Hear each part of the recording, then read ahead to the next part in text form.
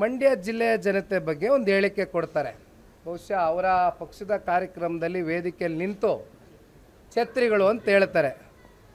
ಅದಕ್ಕೆ ಪೂರಕವಾಗಿ ಮಂಡ್ಯ ಜಿಲ್ಲೆಯ ಕಾಂಗ್ರೆಸ್ನ ಒಬ್ಬ ಶಾಸಕ 7ರಲ್ಲಿ 6 ಜನ ಗೆಲ್ಲಿಸಿದ್ದಾರೆ.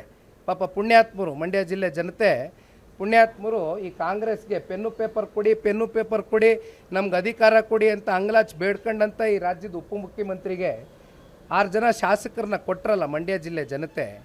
ಅದರಲ್ಲಿ ಒಬ್ಬ ಮಹಾನ್ ಭಾವ ಹೇಳಿದ್ದಾರೆ, ಛತ್ರಿ ಅಂದರೆ ಅತ್ಯಂತ ಪ್ರಬುದ್ಧರು, ಬುದ್ಧಿವಂತರು, ಸಮಯ ಬಂದಾಗ ಒಳ್ಳೆ ತೀರ್ಮಾನ ತಗೊಳ್ತಕ್ಕಂಥ ಸಾಮರ್ಥ್ಯ ಇರ್ತಕ್ಕಂಥವರು ಅಂತ ಛತ್ರಿಗೆ ಆ ಪದಕ್ಕೆ ಒಂದು ಅರ್ಥ ಇದು ಅಂತ ಹೇಳಿದ್ದಾರೆ.